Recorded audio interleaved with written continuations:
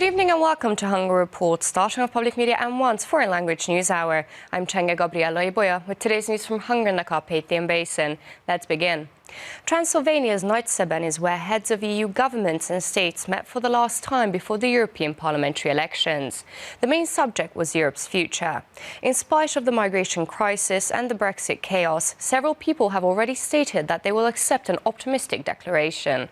Prime Minister Viktor Orbán said it is crucial for Europe to be able to defend itself and the future of our children. To do this, we have to choose anti-migration leaders in the upcoming EP elections. Leaders of the EU arrived one after the other to the informal summit in Nagyszeben or Sibiu in Transylvania. The President of the European Council, Donald Tusk, the President of the Commission, Jean-Claude Juncker, and the 27 heads of state and government were present. Viktor Orbán was one of them. The PM did not arrive by car. He rather chose to walk to the summit from downtown, surrounded by journalists.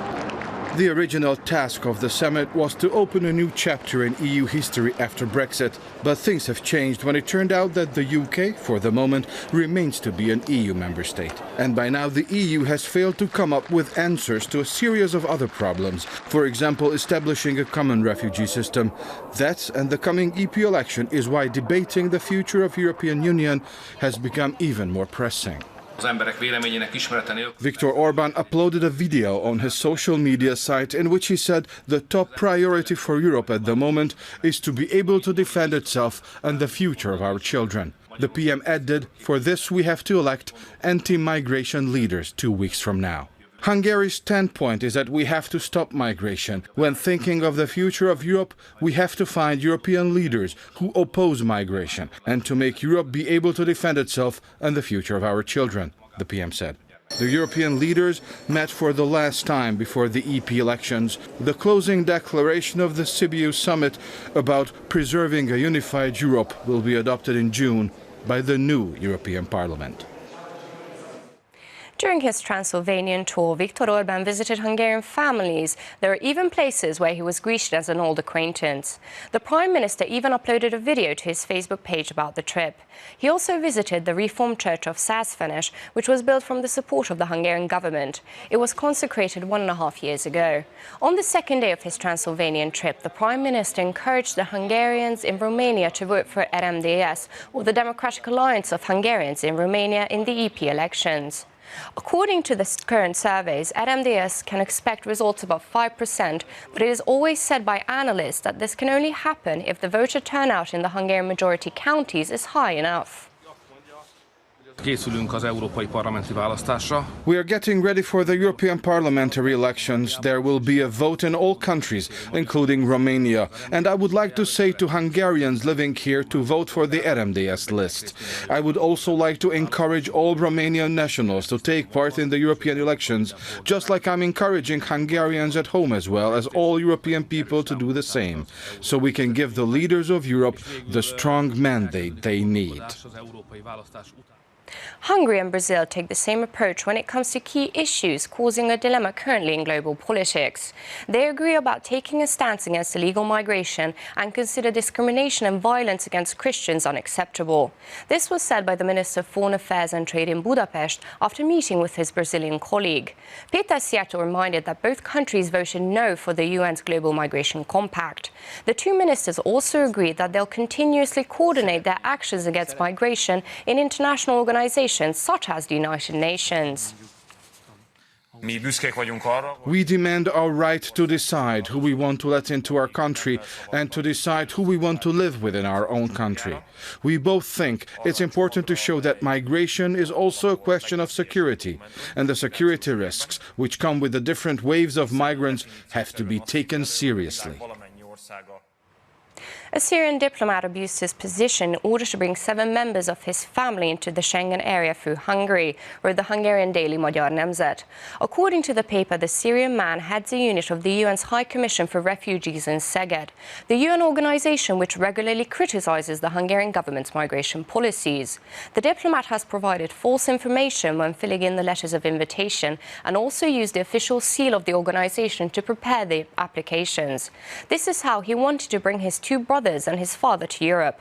According to the article, the Hungarian intelligence services found that the diplomat was abusing his position at the United Nations. Therefore, they recommended that the Ministry of Foreign Affairs summon the UN diplomat.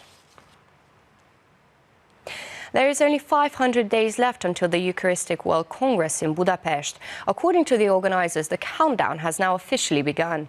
The event will begin on September 13, 2020, and will be led by church leaders from all over the world. A similar World Congress was held in Hungary in 1938, 81 years ago. Now, guests from 70 different countries came to Budapest to see how the preparations are going. The preparation meeting of the International Eucharistic Congress started with joint singing. Cardinals and bishops arrived from 70 countries to Budapest. Until the weekend, the delegates will visit all the venues of the 2020 Budapest International Eucharistic Congress. 500 days from now, Hungary will host the Catholic World Summit. Hungary embraces the Eucharistic Congress. We have received significant government funds to renew church buildings and organizing programs, said Cardinal Péter Erdő. The president of Hungary said it would be great for every visitor of the Congress to see that Hungary remembered the words of Pope Francis, who 4 years ago said, "There are undisputable truths that must guide our lives, and for that human liberties must have limits." Our mission is to enrich the world with our culture, our commitment to preserve values, our respect for one another, and our hospitable friendship.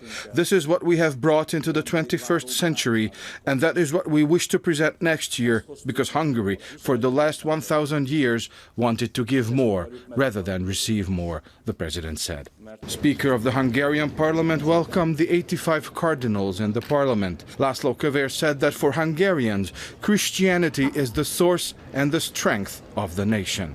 Based on the historical experience of more than 1,000 years, we are convinced that our state and nation share the faith of Christianity. We have thus more than 1,000 good reasons to trust it and make sure that this shared faith will preserve us in the next 1,000 years, László Kövér said.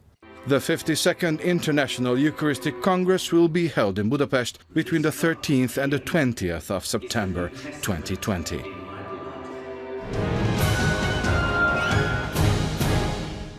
An exhibition at the JANOS Museum in Pécs was opened, for which the material was found at a construction of a nearby highway. There was a great deal of attention and interest when pre-work explorations found a large, never-before-seen site. What turns out to be remnants of settlements of the New Stone Age, which also represent a significant archaeological heritage when looked at a Central European level. And this year, BALASSAGYARMAT celebrates its centenary. 100 years ago, Czechoslovak troops entered the city, but the local citizens expelled the invading Czech Legion on the 29th of January in 1919. With their heroism, the border town was freed and stayed a part of Hungary. In 2005, the parliament awarded the title of CIVITAS FORTISSIMA, the bravest city, to BALASSAGYARMAT. The events of this are being showcased in the CIVITAS FORTISSIMA Museum Centenary exhibition.